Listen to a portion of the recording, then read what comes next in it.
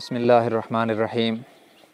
मुअज़्ज़ज़ नाज़रीन, आज की वीडियो में हम आपको ये बतलाएंगे कि रमज़ानुल मुबारक के बाद हमें कैसे रहना चाहिए। सामीन, अल्लाह तबारक व तआला का बड़ा करम हुआ। अल्लाह तबारक व तआला ने हमें रमज़ानुल मुबारक अता फ़रमाया और हमारे ईमान की बैटरी काफ़ी चार्जिंग हुई। तो इस चार्जिंग को हम कैसे अगले रमज़ान तक बरकरार रखेंगे और इसको कैसे इस्तेमाल करेंगे, आज की वीडियो में ये अहम उन्वान आपके साथ डिस्कस किया जा रहा है।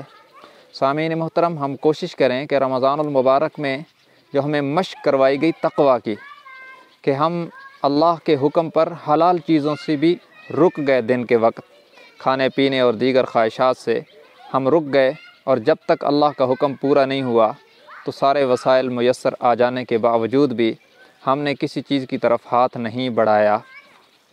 ये मशक़ है दरअसल इस चीज़ की कि हम पूरी ज़िंदगी हराम से रुक जाएं, गुनाहों से रुक जाएं। तो रमज़ानुल मुबारक में ये जो कैफ़ियत बनी है, इसे बरकरार रखें और ये बरकरार रहेगी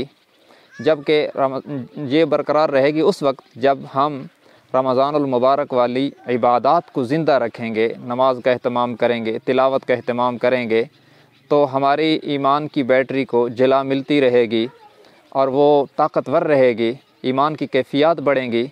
तो ये कैफ़ियत और ये जो रमज़ान में हमारी तरबियत हुई, ये बरकरार रहेगी।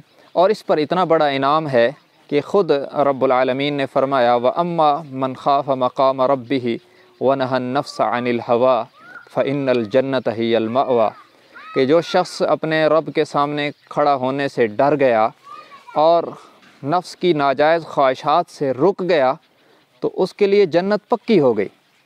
इतना शॉर्ट कोर्स हमें अल्लाह ने दिया और अल्लाह के हबीब सल्लल्लाहु अलैहि वसल्लम ने उसकी वज़ाहत फरमा दी कि अल्लाह से डर जाए और अल्लाह की मना करदा चीज़ों से रुक जाए तो उसके लिए जन्नत यकीनी है।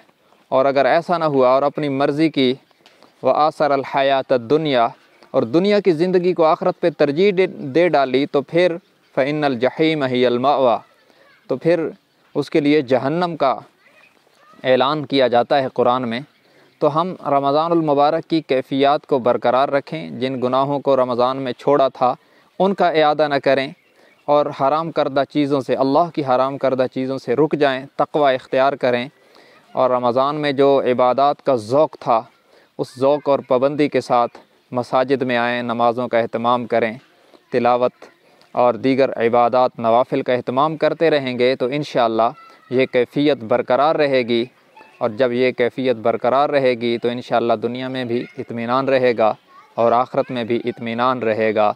जज़ाकुमुल्लाहु खैरन व आखिरु दावाना अनिल हम्दुलिल्लाहि रब्बिल आलमीन।